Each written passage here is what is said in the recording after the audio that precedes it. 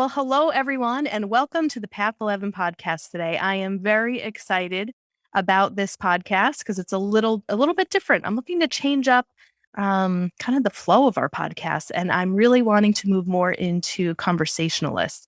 So I happened to meet another fellow podcaster, and I'm so excited to bring you another type of woo-woo spiritual podcast that hopefully you will follow as you're following Path 11 podcast as well. And we are going to talk about uh, witches. We're going to talk about maybe physical illnesses and how they can manifest. We're going to talk about how my guest also got dubbed the name Princess of Darkness. So she is just a really interesting person. We have a lot in common. She's also a filmmaker, but let me just tell you a little bit more about her before we get into our show. Queer empath witch Fen Alankus is obsessed with discussing the magical and mystical with anyone and everyone.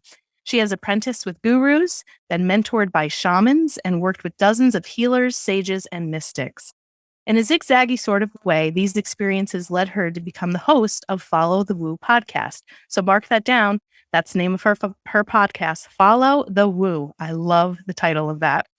Each week, she interviews guests about witchcraft, meditation, the paranormal and supernatural, alien and fae encounters, spirituality, gurus, shamanism, you name it. A lot of the topics we cover as well. Through stories, investigations, interviews, and more, Fen and her guests explore some of life's most unusual and fascinating questions and mysteries. Now, I'm also curious, and I'm going to ask her about this too. She's also currently working on 2 feature films. So one she wrote that shoots next summer in 2022, and the other she is co-producing with a small film cohort. So without further ado, Fen, welcome to the Path 11 podcast. Thank you. That was nice. I like how concise it is. Very good. Yeah. So we actually met each other through this podcasting, I don't even know what it is, website thing called Audrey. And I've had another fellow podcaster on. And just have to say I'm loving it because I don't have to read a book, even though I love reading books and the authors and the people that I have on. But I'm really just find these types of conversations so refreshing because I really feel like I'm sitting down with a friend and we're just kind of shooting the shit and talking about this stuff, So it's a little more free flowing of a format, which my listeners might begin to hear me start doing more often. So, so I really had a chance to listen to your podcast this week, and I love it because you cover some topics that we have, but very lightly and haven't really gone into. Like I listened to one about the star people, and UFOs and things of that sort. And I listened to your podcast, how you were dubbed the Princess of Darkness. So we're going to get into that too. But so you're also a filmmaker, which is awesome. And so just tell my listeners a little bit about how do you go from filmmaking to podcasting and what launched you into this woo-woo world? Ooh, that's a loaded question. So many things. Well, I've been working in the entertainment industry since around 2015. And I started in music. So I was working with large tours, big pop stars. And then I moved into film, and I thought, well, I lived in Pennsylvania at the time, and I thought, well, I should probably go to LA and experience LA. I should do this. So I came out here about 3.5 years ago, and I did. I worked with some filmmakers, but it was just this wild ride. LA, just, of course, then the pandemic happened. It just was not the best timing. Kind of I think it was perfect timing, but I didn't like it. I didn't like it because it was so messy and uncomfortable, and I didn't have a job for a while, and it was really hard to weasel your way into Hollywood. It still is. And I kind of realized through that process that Hollywood is kind of a mess. And I found a film mentor who was like, let me help you make your own films. And she's done it herself and won awards at Sundance and things like that. She's wonderful. And so I was like, all right, cool. Let's work together. Let's make this happen. And so I started working with her, and then the pandemic happened, and I thought podcasts were stupid. I was like, why? Who cares what I have to say? Mm-hmm.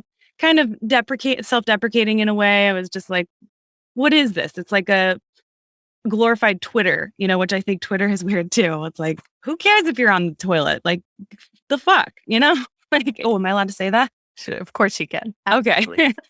So, so, my partner was like, you would be really good at podcasting. And everybody was kind of telling me to do this. And I was like, well, I don't want to pivot from film, but I do feel like I need to talk to people about the woo, because that's the thing that I've always done. It's always been woo and storytelling, specifically through film.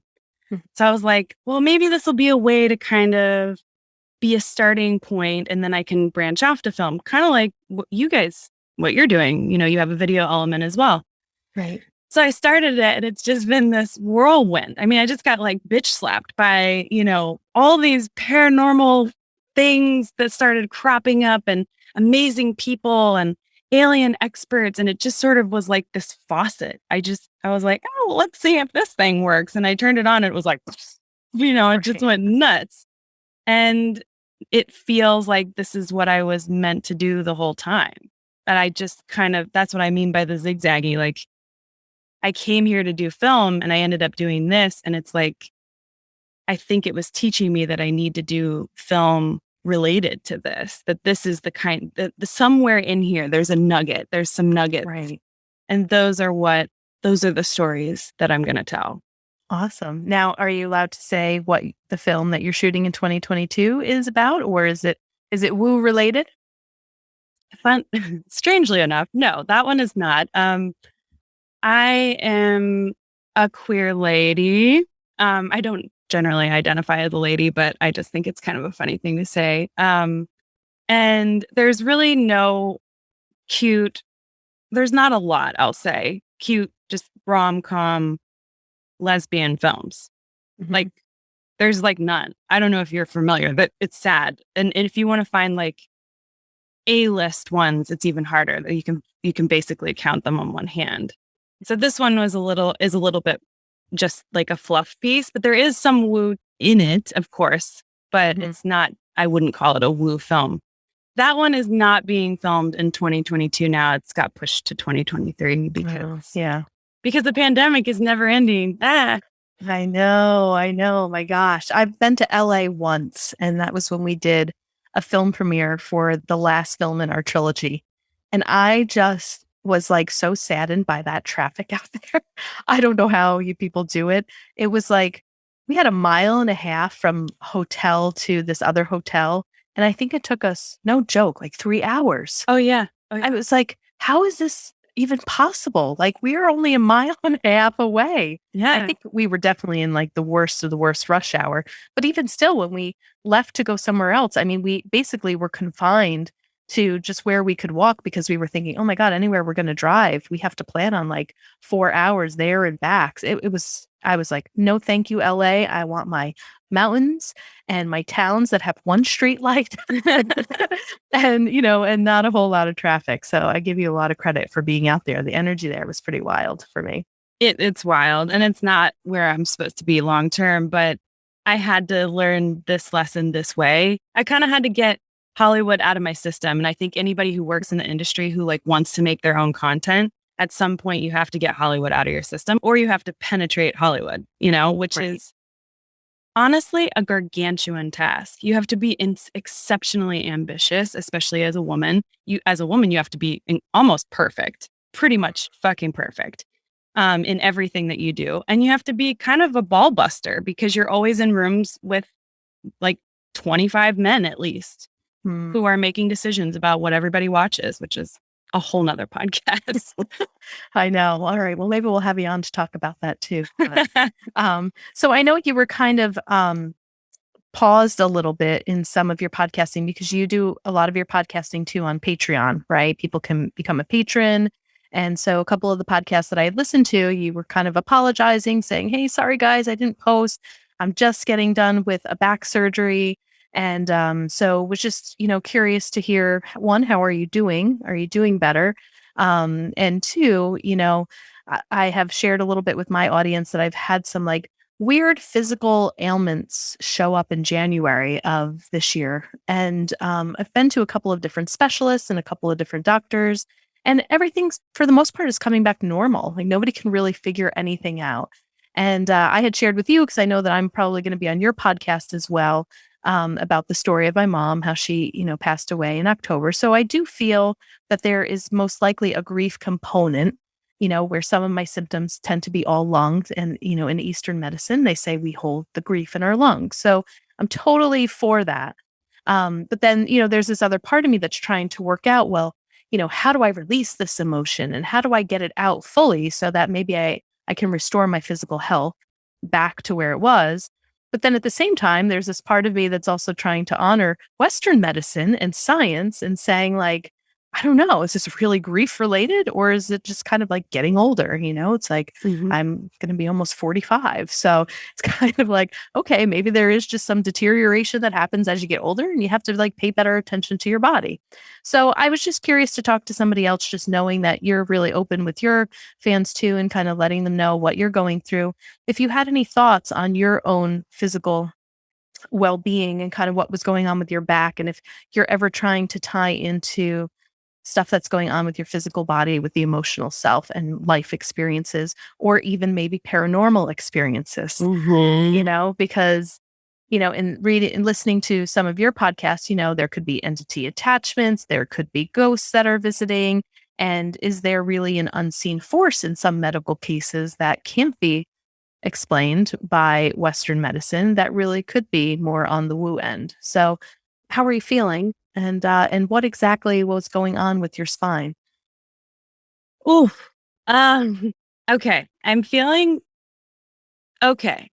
It is a very long recovery from this kind of surgery. It was a Tarlov cyst, which is a very rare kind of cyst. It was huge and it was sitting on my sacral chakra. Like it was right on the chakra. Mm, And so we'll come back to that as far as the woo. sure. um It's been a ride. I mean, yeah, it was a very complicated surgery. There's only 3 surgeons in the country who know how to perform the surgery. I was lucky enough that one of them was in my state of California, but I still had to travel, and I was in the hospital for 6 days.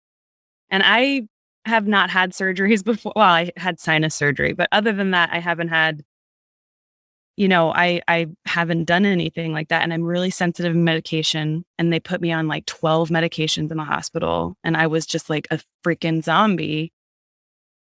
And unfortunately, if I felt the pain of that surgery, it, I might have been, of course, you can't feel it. It's so intense. So they have to put you on meds.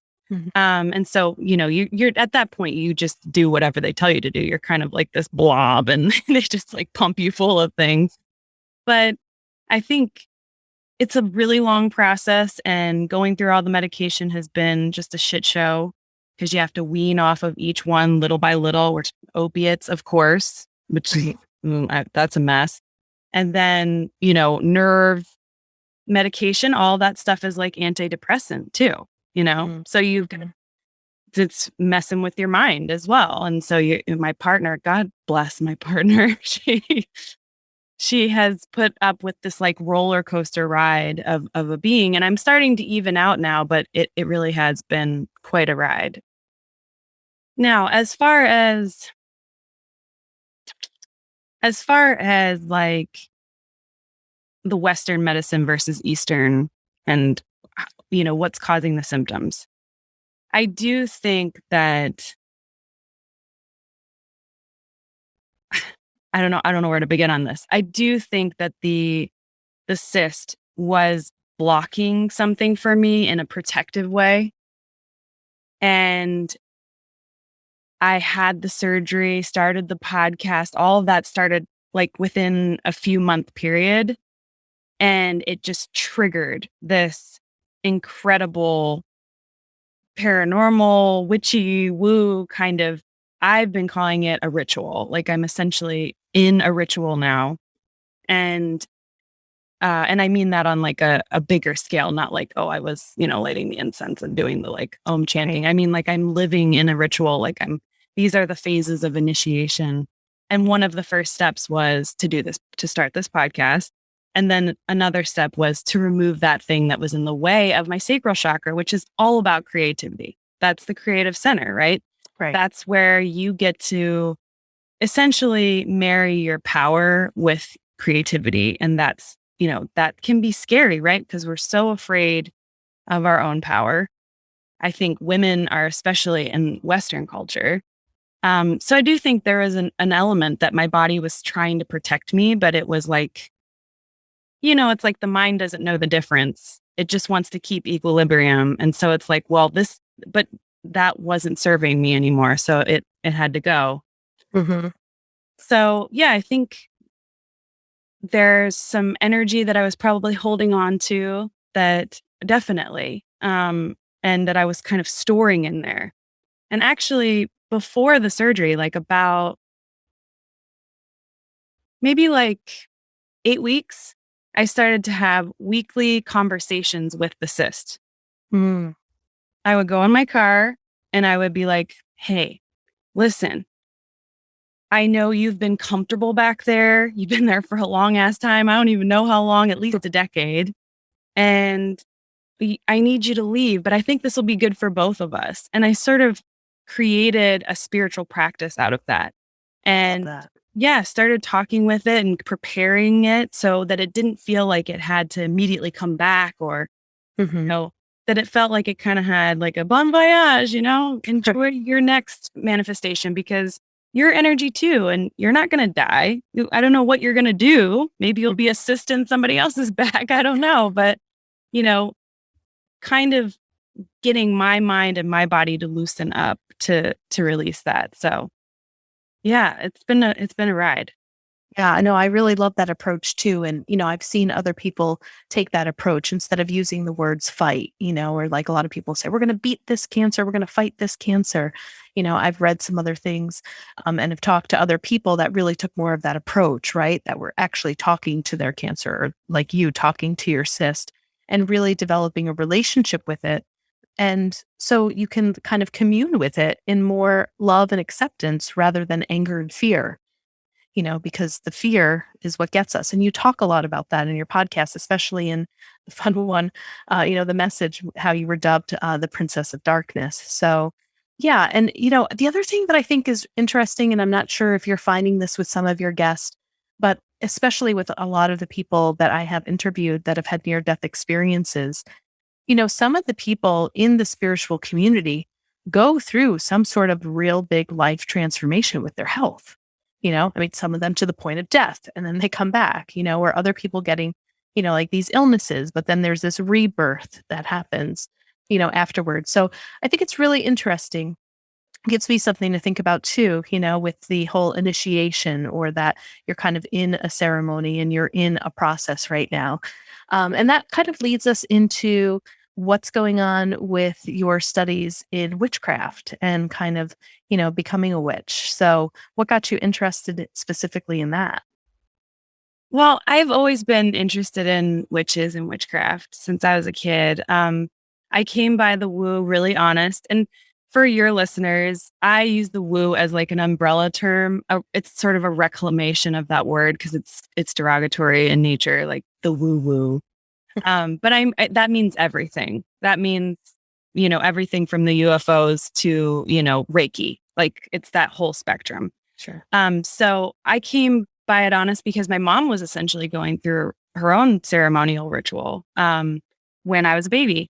And so she took my little baby self with her witchy ass friend and took me on this incredible journey around the country. And they did all kinds of weird shit, like I don't even know all the stories she won't tell me. But um so I feel like it was planted in me at such a young age. I mean, they were doing all kinds of literal rituals, like we're sitting down and doing this, and then they were doing weird meditations and going into remote places in nature and meeting different people and having out of body experiences and all kinds of stuff. And I was there for that whole ride. Mhm. So I think it started really young for me. And I had a young mom too. So my mom was going through like all of this development as a teenager when I was like a baby. And, we had kind of like the Gilmore Girls thing. We were kind of like friends at some points, which for better or worse, sometimes that's complicated. So one of the things that my mom taught me early on, as early back as I can remember, is that magic is real and that it's in the mundane, it's here everywhere. And you just have to kind of like look to the left or look to the right, and open your eyes to see it. And you have to calibrate yourself to be able to experience that. So the my interest in magic and witchcraft and all that was always there, but I kind of bopped around because my mom raised me to follow my curiosity always. So, when I was a kid, I was a Christian, and then I was everything. Like every religion you can think of, I was like, this is what I am this week, and I would devour these books and just think, okay, this sounds really cool. And then I'd maybe go to a church and then I'd be like, I don't like this. Or maybe I would, it depended. Some of the born again Christian stuff didn't really work for me after a while, but most of the other ones were really, it's all really fascinating. And so that brought me to, I guess it started with doing some practices that were very yogic in nature. I think that's when I really started to like hone my power was with, or not hone, but that's when I started to generate and like, I guess give it momentum because we all have it, but it's usually dormant, I think. And I studied with a guru in India and I studied with shamans and all kinds of anybody I could to try to find answers to everything. And eventually it landed me in this order. An order is more than 13. A coven is 13. And so it was an order of witches. And I was like, let's do it. It was a teaching order. So they were super strict about, we have to follow all these guidelines. And so I just started that process and I was in that for over a year, pretty strict, like I said, working with elders, which was awesome. Mm. And I think a lot of solo practitioners, which that identify as witches, are always looking for elders. And I was super lucky to have some and still Yeah. have access to them. Hmm. Well, what's interesting too, it's almost like you came full circle, right? Being young, exposed to what was going on with your mom, you try on all these other different religions, and then you wind up back in this. And, I think I was talking to another witch on the podcast, and I didn't even realize that about the order it's 13 or more, or a coven is 13 people. A Okay. coven is usually 13 people, but people mess around with it now, but generally that's how many, yeah. Okay. So I've always been drawn to the number 13, and I swear it was probably witch in a past life, right? I mean, we're most of us. And my grandmother, I played 3 sports in high school and college, and my number was always 13. And I remember I came home with the jersey, and my grandfather had died on Friday the 13th. My grandmother was very Italian, superstitious woman. And I brought that jersey home and she said, "You will bring that jersey back." And I was a feisty little teenager. And I was like, "Oh, no, I'm not. This is going to be a lucky number for me." But she was adamant. She said, "You're going to break a bone in that. That is an unlucky number. Your grandfather died on the 13th. Take that jersey back." And I absolutely refused. But I remember when I first heard that about the witches, and I had some really awesome visions at a ritual retreat that I was doing. It was more out of the West African Jagara tradition. We were doing a mineral ceremony and remembering our old stories. And I had like a really crazy vision about the hanging of what was happening with all of us as being witches and whatever the case may be. But then when I heard that with this other guest, I was like, "Ooh, I wonder if that's why I'm drawn to the number 13 too." A little bit of a, past life connection with the number of that. So, Yeah. yeah. Do you have an affinity with any sort of numbers? I know this is kind of like digressing into some numerology and stuff like that, but are there any numbers that you particularly like love or always are showing up in your life, or a pattern of numbers? Yes, definitely. And I got chills when you told me about your past life. And that's always forearm chills are always like I think for me, that's like, it's a truth. Mm-hmm. I feel it right on my forearms. Yeah. It's a weird thing that I've just like kind of learned over time. Like, that's really interesting. Numbers 1111, 111. I see it every day, all the time. This is kind of silly because it's a little cliche, but 777 has always been a special combination for me. Mm-hmm. I just roll with it. I know it's a weird one, but 13 also, yeah, is definitely, it's a special number. And I think we made it unlucky, like through all of this like conditioning about essentially not respecting magic workers who were not a threat, as you know. Yeah. So I really don't think that there's anything intrinsically scary about that number. I think it's the opposite, actually.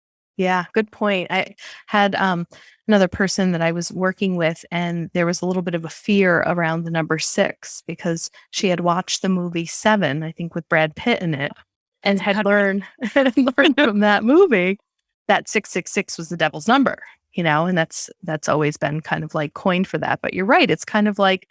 So what I did was I printed out the number 6 in different languages.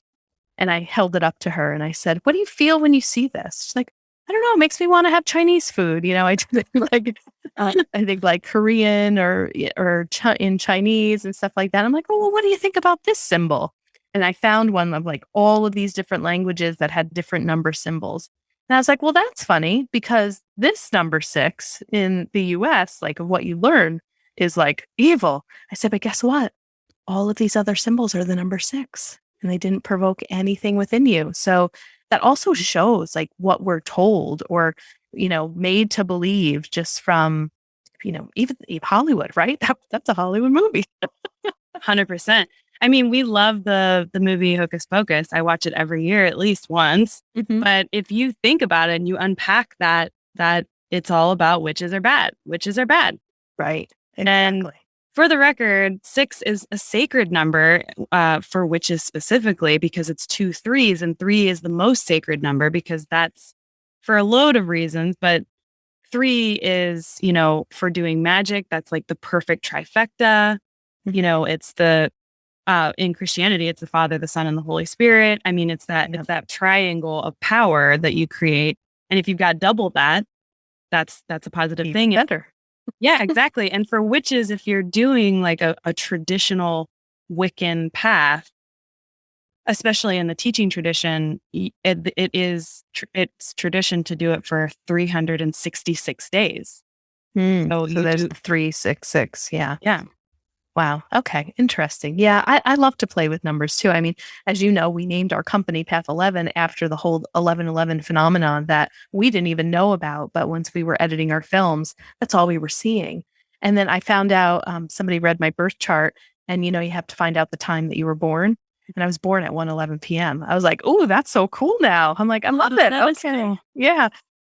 So yeah, I just love numbers. I love to talk about numbers. I drive my friends and fiance crazy because I add everything up. I'm like, "Oh, what table number are we? Oh, look at this. The hotel room adds up to this." I mean, I'm constantly adding numbers just to see.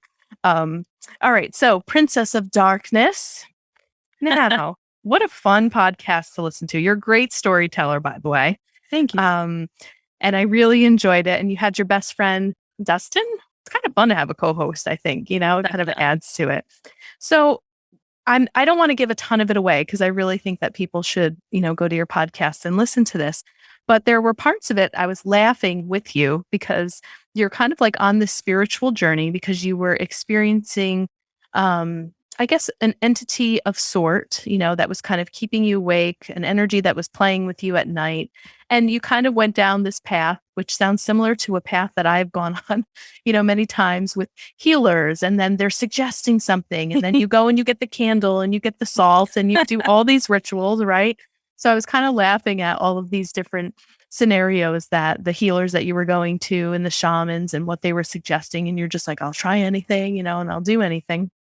And then, really, kind of the moral of the story is there were a lot of kind of scary, fearful things that were happening, but part of the lesson was to turn towards that fear. And when you turn towards that fear, you realize that there wasn't a whole lot to be fearful of. Mm. Also in this experience that you share on your podcast, it also sounds like it was a growing moment for you. And there was this period where you're like should I even keep podcasting? Like, am I exposing myself because I'm talking to all these people, these mediums who are connecting with dead people, these people who have had UFO sightings, am I a portal? Like your closet that you're in right now, right? It's like, have I created a portal in my own place where I live? And am I now exposing myself to some of these, and I don't know if you would necessarily call them darker entities or whatever the case may be. So, without giving too much away, so people can go to your podcast to listen to it, what was kind of like your big takeaway with this kind of entity that was visiting you and kind of showing up and nudging you, disrupting your sleep? Oh gosh, there were so many takeaways. I feel like I'm just going to keep coming back to this idea of the initiation and the ritual. I think it was just sort of like the beginning. Like I am now in a different phase of the initiation where it's still a ride. It's just like a different ride, but I wouldn't have been able to handle what I'm working on now, which is like some intense energy work that I've never been able to maintain or I guess scratch the surface of before. I wouldn't have been able to do that if I was like afraid of my own shadow, which at the beginning of this podcast, that entity scared the shit out of me. I tried to joke about it and I'm a pretty jovial person. Like I love to be funny and fun but it wasn't funny. I was like, am I going crazy? Because you question, and that's for the record, like something that I'm doing with the podcast. Like one of my, I guess, missions is to normalize these conversations because this shit happens to so many people. And Right. like, I would say almost everybody I've ever met, because I do this when I'm not even like legitimately podcasting. Like when I'm at the grocery store, I'm like, hey, have you, Yeah. And everybody's got a story. Everybody has something weird or out of the norm that's happened to them. So I think normalizing this conversation is really important. But that entity was what? Just sort of the impetus for that whole ride of getting to the Princess of Darkness, like to realize that if you're going to go down this path, you have to do some shadow work. You have to recognize that there's both light and dark, and that when you get down to the like really nitty gritty, and this is hard to do on like an everyday basis, but there really isn't like dark is bad and light is good, you know? Now, I argue with myself about that a little bit. I do think that that light is sort of, it sort of represents divinity. And I think we all come from divinity, like original is like all divine. Mm-hmm. But I do think that the way our planet works and perhaps the way the entire universe works is about polarity, because I believe that it's all here for learning. And so if it's learning, we have to have contrast. That's Right. how we learn. Mm-hmm. So I think the message of that podcast and what I was learning at that time was like, if you're going to do this, you got to be able to go into these dark corners and not, pee your pants, essentially, and Yeah. you have to be like a leader in that position. As far as the portal, I had multiple people tell me, intuitives, psychics, all kinds of woo-woo people, even alien people who are like, oh yeah, you're definitely creating a portal in your closet. And I was like, cool, like what the fuck do I do with that? Like how do you deal with that? But I think that's the second part of the initiation that I'm in now, which is first, you have to learn that you can't be afraid of all of it. Second, for me in this path, is that you have to learn how to ground yourself and you have to learn how to protect yourself. And you have to do it in a way that doesn't shut everything out, because that's a lot of people who ground and shield. They just shield the whole thing. And then they don't have access to anything. Then. Yeah. So Yeah. it's figuring out how to ground, shield, in an appropriate way, in a way that's sort of like, I think of it as like martial arts, you're kind of like, vroom, vroom, it's like, it's coming into your space and you're picking up what you need from it, but you're not absorbing it. Mm-hmm. And so I think that's the spot now, is that this grounding and being able to cleanse and cut cords when I'm done being in the like Zoom portal, Right. my closet, and being able to say, okay, I know how that, and these are like basic stages. I'd still say I'm absolutely a beginner in this. Like, I'm learning how to be okay with new energy and then also like stabilize my own. Mm-hmm. Right. And that kind of reminds me and kind of leads to a lot of conversations that I've had with people about empathic personalities, right? It's like, how do you feel? Yet, I love the words that you use, stabilize your own energy, even in the midst of other energies. It's easier said than done. Yeah, yeah. Well, and the other thing that I love that made me laugh, because, traditionally I'm a mental health therapist and I've done EMDR with clients. And when you're telling the story that your therapist is doing EMDR with you, and you're right, because what you experienced is like it can bring you into that hypnotic state, but it was almost like you went into trance and were kind of like in another reality having this experience. And I loved it when your therapist brought you out and she's like, "Are you okay?" Well, that was a first for me, because I'll tell you, Ben, I have had experiences like that with clients, which really too like shifted me from wanting to wear that clinical hat to move more into kind of doing more of the healing work, because I've been trained in hypnotherapy, clinical hypnotherapy as well. So inducing people and hearing people's stories and having weird experiences like that with clients where you're like, holy shit, they didn't teach me anything about this in college. Like, what This is not in the book.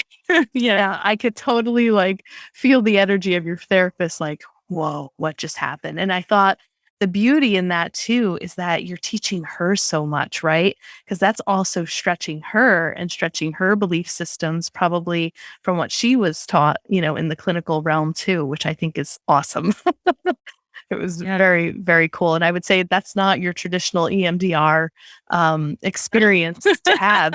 And I was thinking, like, one of the questions I want to ask you was, as you tell the story, I mean, your podcast is almost an hour long with the story, and it was so vivid with so much detail and so much information given to you from like these two buddies that Gertrude was one, and I forget the name of No, was it Phineas? Phineas? Yeah, Gertrude and Phineas that you ended up meeting. But even their messages sounded so I was so much like other people that I've met that have dealt with higher levels of consciousness, or even other aliens or some other spirit guides, like of the message of love and stuff like that coming back. But I was like, my God, how long was she under? And do you remember how long the session was with your therapist? It was, I believe, about an hour, maybe a Yeah. little, give or take. Yeah. Because I mean, it felt like days. I mean, I know. saw so much and experienced so much. And to come back with so much data from that, it's like, that's not somebody's imagination. Like, that was a real experience in my understanding of it, listening to it, but in another reality. I just felt like you were parallel processing, you were here on earth, but you also entered into another dimension, and almost like a school, like they brought you to a fast track of school in another dimension in a waking state, I guess you could say. Which is a mind fuck, Yeah. like, whoa, it's weird, because even when you're talking about it again, it's like bringing it back for me. And that's another part of the initiation, right? And I think it's one that's sort of reoccurring depending on how, like, what level you go through, is that when the more sensitive you get and the more stabilized you get, the more accessible the other, or the weird, or the phenomena, whatever you want to call it, becomes for you. And the more that happens, the more you question your sanity. And the more you're like, after shit like that, you're like, did anybody like, did that just happen? And but I think that's an important part, is that you have to start, like you said, I'm stretching her mind. Like, you have to start stretching it a little bit, and just opening up and being like, okay, as long as you stay grounded and you don't get pulled into another dimension full time, you can still accept that these things are happening and that they're possible. Absolutely. And that's an important thing for me to learn as the host of the podcast as well, so that when other people tell me their very vulnerable stories about what they've experienced, I'm not judging them. I'm not thinking like, oh my God, this lady's full of shit, Mhm. I'm like, that's a real possibility. And I believe you. And my first inclination is to believe you. Yeah.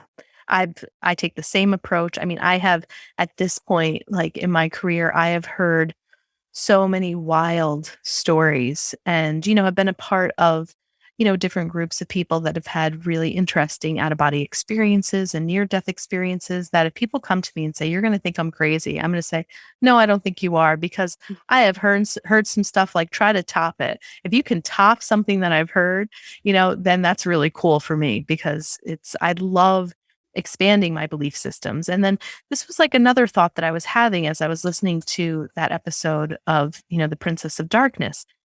Like our experiences are similar yet also very different. And so I was thinking to myself, well, is Fen kind of having these experiences because in her reality and in her thinking and in her practices, she is more going towards this road of being a witch and practicing witchcraft.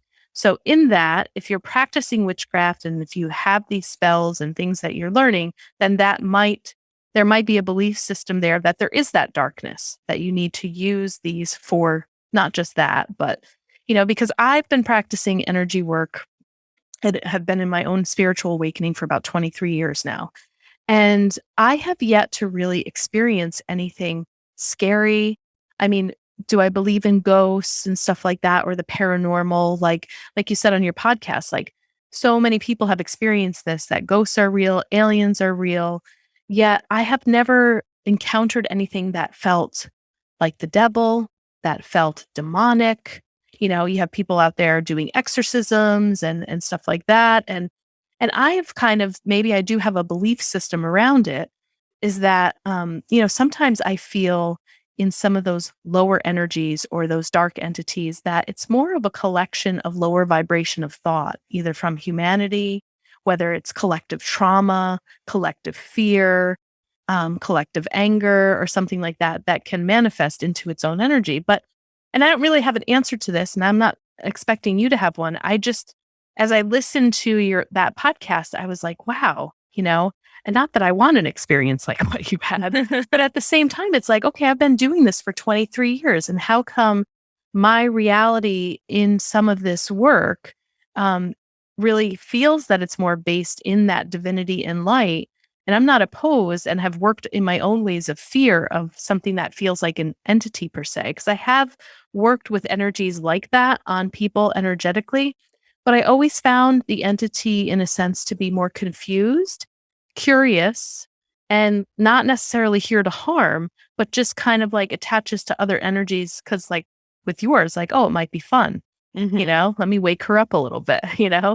Um, so I don't know. So I figured let me just kind of talk about that a little bit with you because I was just kind of saying, well, they say our thoughts create our reality. And, if you're kind of practicing one thing and I'm not really practicing that, will you draw more experiences like through your portal of things that are going to feel scarier than what I might experience because that's not necessarily my reality or what I'm practicing?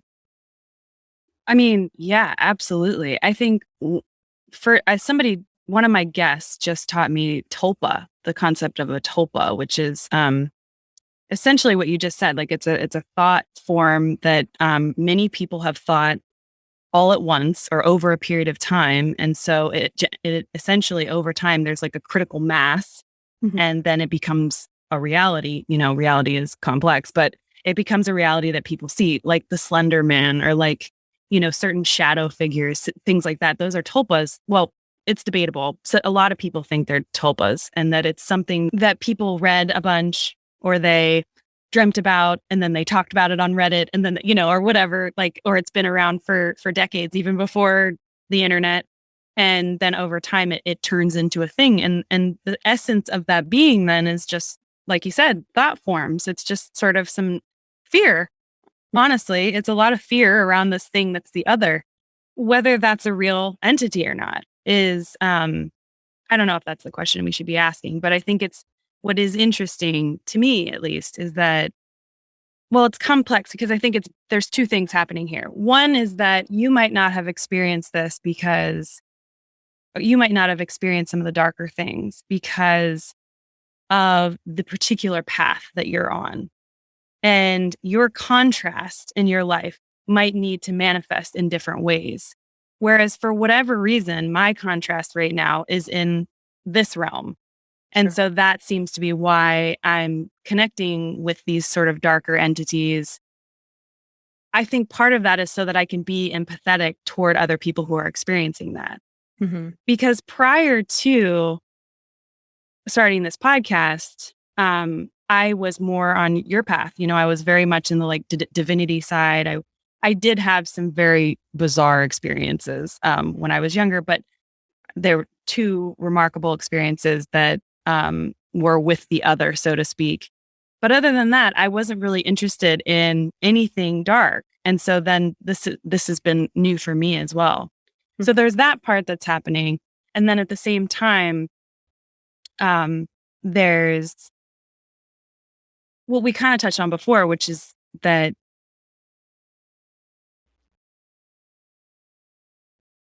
I guess it's I'm trying to work this out because it's a complex issue, right? It's not an issue. It's just an interesting concept, I guess. But um, the tulpa concept, like that we're creating these thought forms, I guess there's something to be said about facing the fears, whether we create them or not, face on, or head on. Mm-hmm. And for whatever reason, I think that's just part of my path right now. That I think and for whatever reason, it's just not part of your path right now. And it might never be. Right. Yeah. Yeah. Yeah. And I've had a similar experience too, where it was something that could appear scary, but I also had a teacher that basically early on, in my early 20s had said exactly what you said in your podcast, move toward the fear. Don't go around it, And I've heard, some other stories of other people that have gone out of body and had seen things, but they moved toward it. And then it turned into something that was absolutely lovely, like your Gertrude, So again, is it possible that that early experience was able to shift enough where if something appears that way, that I also understand that it's not something to be feared, but the more that we move towards that fear, it's kind of like we can graduate a little bit in this realm to be exposed to other things that are a little outside the norm and not be fearful of it. And I think, the universe too might give us some fear tests. Like, you could have backed out of that EMDR session as soon as you saw Gertrude and was like, done. Deuces. See ya. But you didn't, like you stuck with that. And towards the end of your story, you're able to see that there was a lot of beauty that came out of that. So, that could be possible too. Like, I don't really feel, I'm not saying that you do either, but I don't really carry this fear, even if there is something that appears to be of a darker nature or a lower vibrational force. And also having a mental health background and being able to talk with people that might be perceiving that and also getting more into the depths of their emotion and their trauma has kind of lead me to see some sort of correlation with that too. And that when we begin to heal that, it begins to heal the fear and then things aren't as scary, overall. So yeah, just something I wanted to comment on. Mm-hmm. Yeah. And I think that another comment on that is that, in the paranormal world, there's this really common concept, which is that if, let's say you have a house and there's some construction done on it, often paranormal entities or energies or imprints crop up when you're doing that construction because you're moving shit around. Right now, I think on in a global way, we are really kicking shit around, Mm-hmm. all kinds of weird stuff is happening on the planet right now, mostly because we're jackasses as a species. I mean, my personal opinion. But all of that is happening. And so I think there are going to be, there's just been, in my experience from people I've interviewed, they just keep saying people are having more and more paranormal experiences. And they're not necessarily all bad or dark or whatever, but I just think the other is being kicked up because when you mess with Earth, you start to mess you're shaking things around, I think it actually triggers other dimensions to kind of be like, "What? God, I've been trying to do my own thing, but you're such a hot mess that I can't ignore you." So, that's kind of how I look at it. Yeah, some of the people that I've interviewed that work more with like the aliens from different universes and stuff, like they're always saying how horrible we are to our earth and that they're like trying to help us and like, you stupid people down there, what are you doing? So yeah, that makes a lot of sense. You also put in one of the questions or talking points that I thought was interesting that I wanted to dive a little bit deeper into was you had said, "Oh, I could talk about why love and light can also be problematic." So what does that mean? And I wasn't sure what your take is on that. Yeah, this is a big topic of conversation right now, which is, essentially the shadow work conversation that's happening. Like, I don't know if you're on TikTok, but it's a big thing on TikTok right now. I'll use LA as a perfect example. So there's a lot of love and light in LA, and it is vapid, and not all of it, but a lot of it. There's sort of like a hub of vapid love and light. And I think the problem with it is that there's a lot of, just to bring it down to a simple example, like let's say you meet someone here and you're having a really hard, dark time. It doesn't have to do with entities at all. You're just having a hard, dark time. And your new friend, your new LA friend is so love and light. And you try to tell them about your dark time. And they're like, "Oh, no, no, I can't have any of that vibration in my vortex because I'm just love and light only." Mhm. That's problematic, right? Because first of all, you're ignoring so much. And because you're ignoring so much, you're actually stunting your own growth because you gotta clean out the cobwebs. It can't be y- like it just can't be that love and light all the time. And so I think that like micro example is sort of like what I mean on the whole is that a lot of people are doing that. They're just sort of saying like, "No, I just want to focus on God and I just want to focus on love." And that's fine. Of course, love is my central practice. It's what I believe God really is, or the Right. goddess, or whatever you want to call it. Hmm. I love love. It's kick ass. That's where we all want to go. That's what we all want to feel. But we can't dismiss the process. We can't dismiss the literal fundamental nature of this earth, which is polarity. We can't just Yeah. dismiss like a whole, it's like a whole side. It's like Sia's hair, like she's got both sides. You have to have both of those. Sia's problematic right now for the record, but her hair is fine for this. I really do think you need the both. And when you go too far one way, strangely enough, it almost makes a loop to negativity Mm. because and you can talk to any Buddhist, any Christian who truly practices Christianity, like the mysticisms of each of the major religions, and they'll say to you, everything is about balance. It's about balance between the two. And if you go too far into the light, you're going to loop back down to something that's negative for you. And if you go too far down the dark, that one's a little more obvious, but you're obviously going to go to something bajiggity. So I just think a lot of people right now, they're talking about this shadow work. And I think it's really important that people don't skip that part of the process because it's an important part of your development, especially if you're a practitioner of, Mhm. an energy worker, that kind of practitioner. Right. Yeah. No, I would totally 100% agree with you. And I've had an opportunity and a couple of experiences where I traveled to another dimension and I saw, I guess you would say, another planet where it was all peace and light and love and light. But there was no contrast and there wasn't a whole lot of learning. It was just like this even keel planet. And it was great and it was nice to be there.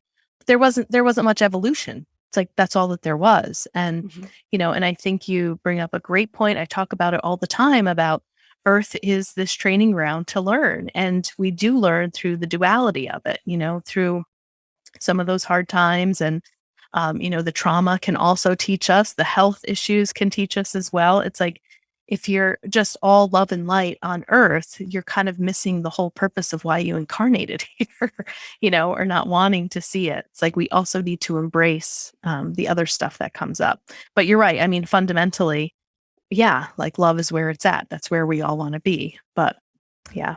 And I think we know that's our, well, not everybody consciously knows. And I don't always consciously know, but I think somewhere we know that's like where we come from, that we come from love, that we come from, because love, if you really dissect that, is just like this unity, that we really are all connected and we're part of something that we'll never understand, like not fully. And Right. so, yeah, of course, we recognize that. And we know that in between lives, we probably go to somewhere similar to that planet that you mentioned, where it's real chill and we get to calm down for a second. Yeah. But that at the end of the day, if we wanted to just be that, then we would still be the void prior to manifestation to form. We would still be the void. We didn't want to be the void. The royal we did not want to be the void anymore. It wanted to experience. And so as much as I think, God, my life is so fucking annoying sometimes, I wanted to experience this. I wanted to grow. I wanted to evolve. Right. Great point. Well, Fen, this was so awesome. I loved our conversation today. It was very refreshing. I hope everyone loved you as much as I did here. And I hope everyone follows the podcast. It's like, don't worry, guys. I won't feel like you're cheating on me if you decide to download and listen to another podcast. That's perfectly fine. So let people know, again, the name of your podcast, where they can find you, your Patreon account, and anything else that you'd like to share with them. And I'm sure you're also looking for stories too. So yeah, absolutely. So my podcast is called Follow the Woo. And like I said before, it covers everything from Buddhist meditation to the weirdest UFO and Bigfoot experiences you may have had or somebody that has had. So you can check out my podcast like everywhere that you listen to podcasts. You can also go to my website, which is followthewoo.com. My Patreon is patreon.com/followthewoo. It's all Follow the Woo. You can follow me on Instagram. And if you do have a story that especially if you're afraid to share it, those are my favorite. I can also make sure you're anonymous if you want to remain anonymous. But if you have a story that's been itching at you and you want to get it out, you can email me at followthewoo@gmail.com. And I will probably be up your butt trying to find like every detail of the story and hopefully making you feel safe and heard and, like that you have a space to share that. So awesome. Thank you, Fen. And again, I highly recommend this podcast. I've been listening to it as I'm driving to my office. I have a new long commute. The production is great, people, and she asks amazing questions. So I really think that this is a high-class podcast that you'll really enjoy. Rate it, review it, whatever you can do to help them out. You can also rate and review ours too. That would help us. yeah. And we are on TikTok, by the way. We just started an account. I feel way too old to have a TikTok account. Me too. Asking my best friend's son, like, can you help me? And how do I find the cooler music? And like, I'm a novice at it. So people, if you want to find us on TikTok, you can, but just don't judge these early videos here because I'm still practicing. Same. But it's fun. It's fun. Yeah. Thank you so much for having me. I love talking about this stuff. So Me too. It's such a delight and you have a really great energy and I look forward to having you on my podcast. So. Yes, I can't wait. Thank you everyone again for listening. And remember, if you'd like to actually watch us have this conversation, if you're somebody that needs to see us instead of just listen, go to path11tv.com. We have all of the video podcasts there for free, or you can listen wherever you get your podcasts. So thanks everyone. Take care.